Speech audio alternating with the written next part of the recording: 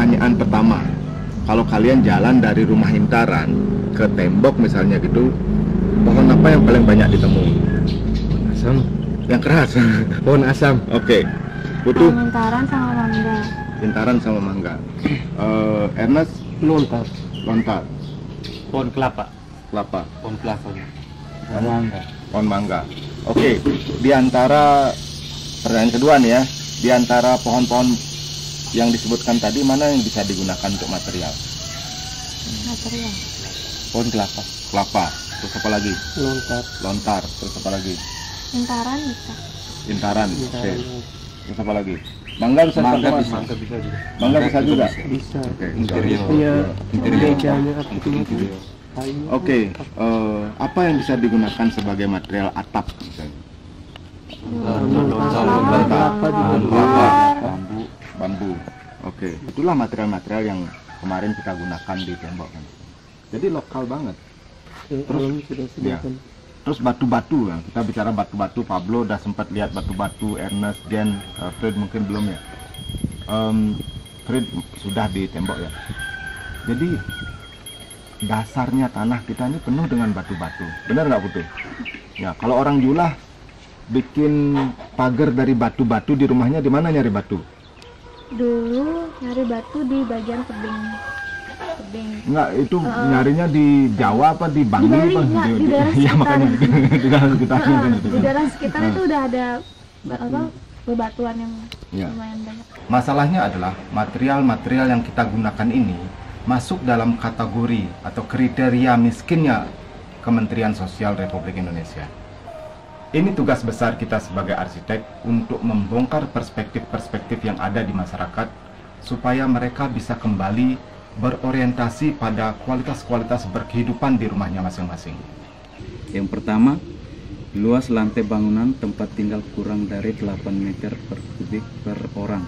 Persegi per orang. Oke, lanjut kriteria kedua. Yang kedua, jenis lantai tempat tinggal terbuat dari tanah atau bambu atau kayu murahan. Oke. Ya. Kalau seperti itu, rumah-rumah tradisional kita semuanya masuk miskin. Rumah tradisional kita yang pakai lantai, masuk kita pakai lantai tanah, lantai bambu atau lantai kayu-kayu biasa banget kan itu kan. Nah, itu termasuk miskin juga kita semua. Next. Yang ketiga, jenis dinding tempat tinggal dari bambu atau rumbia atau kayu berkualitas rendah atau pendek tanpa diaplester. Ya. Oke. Kalau begitu rumah-rumah di Julah hampir semuanya termasuk miskin itu kan. Ya kan?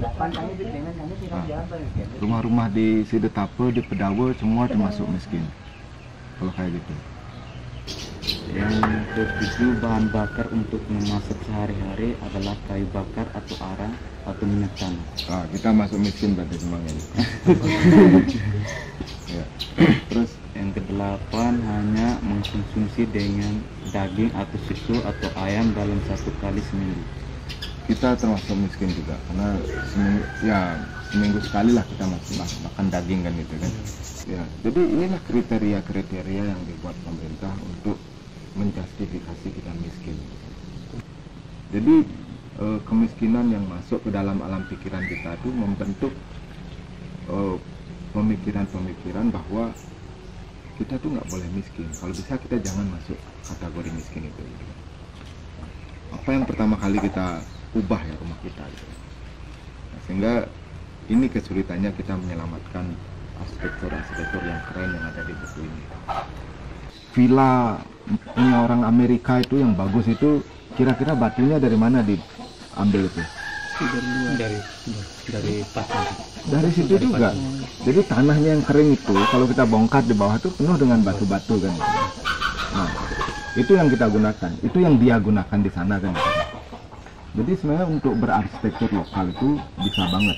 Kalau kita punya pemikiran kayak gitu, baru kita semuanya ini bisa bikin tanah. Semua orang bisa bikin tanah. Ya kan? Kalau kita mau menggunakan material-material. Pablo, rumah orang Amerika itu bagus nggak? Bagus. Bagus ya. Paling tidak pagarnya. Bagus itu. Fred, tembok bagus nggak Fred? Bagus. Ernest, tembok bagus nggak? Bagus Pak. Ya. Jadi kalau kita punya rumah-rumah seperti itu, kita dikatakan orang miskin. Kita nggak dikatakan miskin. Padahal materialnya masih tetap yang kita gunakan itu material yang 14 kriteria itu, Santos. Tapi dengan desain kita bisa mengubah bangunan kita menjadi tidak dipersepsikan miskin lagi. Jen, dengan kondisi seperti yang kita bahas barusan ini, kira-kira mana orang yang lebih potensial miskin? Orang desa atau orang kota? Orang kota. Ya, kalau orang kota yang lebih potensial untuk miskin, terus bagaimana cara membuat orang kota ini tidak miskin? Kembali ke desa. Kembali ke desa. Kamu Santos? Ya, kembali ke desa. Pertanyaan berikutnya adalah, kenapa cara-cara ini tidak pernah ditempuh oleh pemerintah? Tidak pernah disarankan oleh aktivis-aktivis. Kenapa?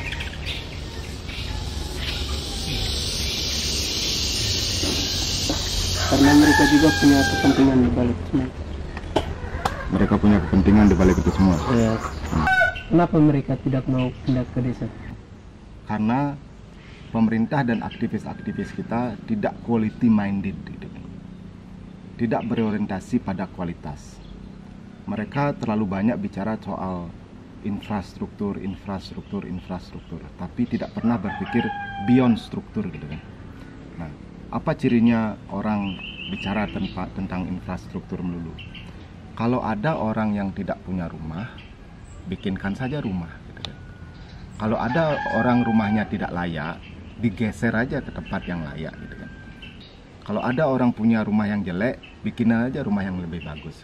Itu cara berpikir infrastruktur saja. Pikiran yang sangat standar sebenarnya gitu kan. Nah, sementara itu dengan kondisi Indonesia kita harus bisa berpikir beyond struktur itu gitu kan.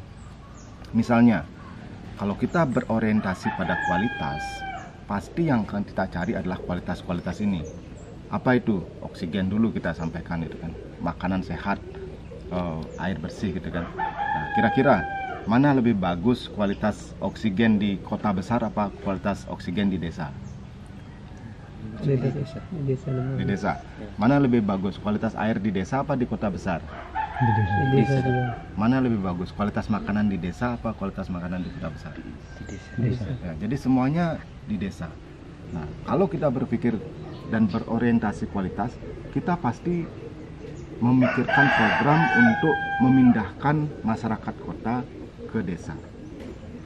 Dengan alasan 3 hal tadi, supaya mereka mendapatkan oksigen yang lebih bagus, kemudian air yang lebih bersih, kemudian makanan yang lebih sehat kan begitu kan. Nah, itu yang harus disampaikan kepada orang-orang yang sudah telanjur miskin dalam tanda kutip di kota ini kan gitu ya. Pemerintah kita, aktivis-aktivis kita terlalu banyak bicara soal itu rumahnya tidak layak, tidak manusiawi, harus kita layakkan, tapi tidak pernah bicara soal bagaimana mendekatkan mereka pada kualitas-kualitas hidup yang sebenarnya. Kalau soal pekerjaan, kita harus bongkar wacana-wacana tentang pekerjaan ini. Santos, kalau kamu punya tanah banyak di kampung di Flores ya, terus ada keluarga dari kota besar yang ingin datang dan bekerja di kebunmu, itu memungkinkan nggak? Memungkinkan. Jadi itu maksud saya. Di kota banyak orang kesulitan mencari pekerjaan, sementara di desa tanahnya masih banyak, kesulitan orang untuk garap. Di dalam suasana seperti ini, suasana COVID ini, di mana kita harus memproduksi lebih banyak makanan kita sendiri, program untuk memulangkan masyarakat dari kota ke desa itu sebenarnya jadi momentum yang bagus gitu kan. Bukan untuk mudik ya, tapi pulang kampung gitu kan. Kalau menurut saya mungkin pemerintah itu memikirkan untuk menyiapkan rumah yang mana mereka buat untuk keluarga miskin itu bisa bertahan lebih lama dari biasanya, untuk dari bencana mungkin dipikirkan. Saya ngerti. Rumahmu sendiri deh, rumahmu yang sangat tradisional itu sudah bertahan berapa lama itu? Hampir 150-an tahun. 150 tahun itu lama apa sebentar? sangat lama. Pernah roboh karena gempa nggak? Belum pernah. Oke. Itu sebabnya kita mencoba membuat modelnya. Material-materialnya tetap menggunakan material-material yang dikategorikan miskin tadi, tapi kita ingin tampilan dan spiritnya justru mendekatkan kita pada kualitas-kualitas yang sangat mendasar.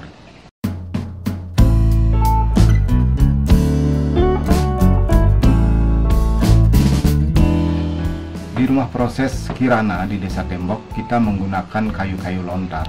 Kayu-kayu lontar ini mungkin sudah tidak ada di pasaran, tapi hari ini kita memiliki banyak sekali pohon-pohon lontar yang sudah tidak produktif, yang kayu-kayunya itu bisa digunakan sebagai material yang sangat bagus.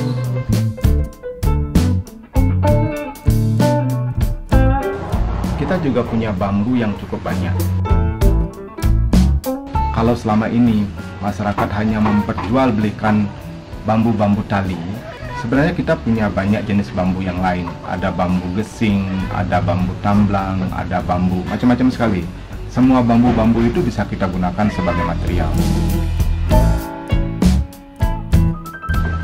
Lontar juga kita bisa gunakan daunnya sebagai bahan atap, seperti dapur-dapur pembuatan gula merah di rumah proses Kirana ini. Jadi atap-atap dari daun lontar ini juga tahan sangat lama.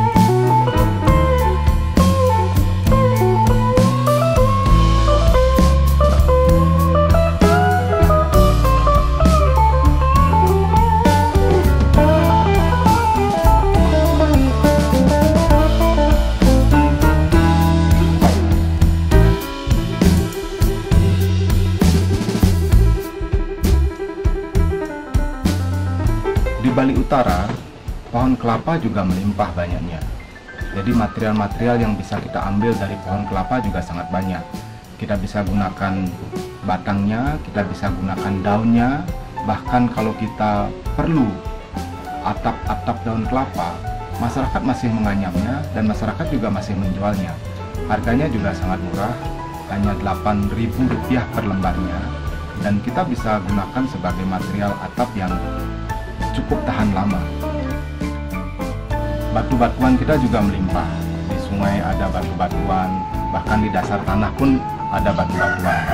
Jadi kalau tanah-tanah kering di Bali Utara ini kita bongkar, kita bisa mendapatkan slate stone, kita bisa mendapatkan lava stone, kita masih bisa mendapatkan batu-batu andesit, batu-batu macam-macam sekali.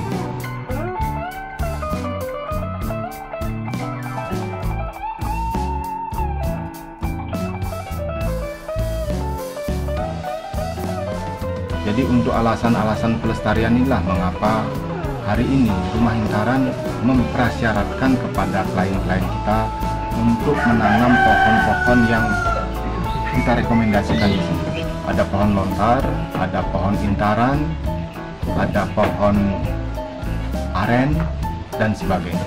Karena semua bisa digunakan sebagai bahan makanan dan bahan obat-obatan, di samping juga sebagai bahan material. Putu merasa rumahnya bagus nggak?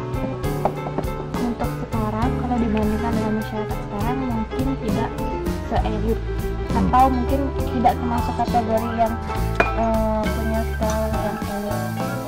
Cuman kalau Bapak kan lihat sendiri yang rumah yang ada rentalnya itu, kalau mungkin dulunya itu termasuk rumah yang bagus pada zamannya orang itu dibuat. Kalau menurut saya sekarang juga masih bagus. Mau kita bongkar nggak? Lebih enak mana? Tidur di rumah yang nyaman, udaranya adem itu apa tidur di rumah yang panas itu? Adem. Adem kan itu. Rumah yang Putu sebut elit itu nggak adem loh. Justru panas sekali. Ya. Panas sehingga apa? Sehingga mereka membutuhkan AC. AC yang gitu-gitu kan. Kalau di rumahnya Putu butuh AC nggak tidur di situ? Enggak sama sekali. Nggak perlu kan itu. Jadi mana yang lebih bagus? Ya, dari satu itu aja gitu kan. Nah, menilai bagus, tidak bagus itu kan harus dalam banget kan itu kan. Nggak bisa hanya permukaannya saja gitu kan. Nah, jadi kriteria miskin ini kan kriteria permukaan semuanya kan. Putu, dari diskusi kita tadi, Putu merasa miskin nggak tinggal di rumah tradisional? Saya rasa sih tidak, sama sekali tidak. Tidak. Tidak, Pak. Tidak sama sekali. Miskin tidak miskin hanya ada dalam pikiran kita. Karena kemiskinan terbesar adalah ketika kita tidak bisa bersyukur. Diskusi ini menyadarkan kita bahwa kita adalah orang kaya. Kaya akan kualitas-kualitas mendasar. Rumah tradisional bukanlah simbol kemiskinan, tapi sebagai lambang terjaganya kualitas-kualitas lokal terbaik. Kita sebagai anak muda semestinya bangga dapat mewarisi rumah tradisional yang masih menggunakan bahan-bahan lokal yang terbaik.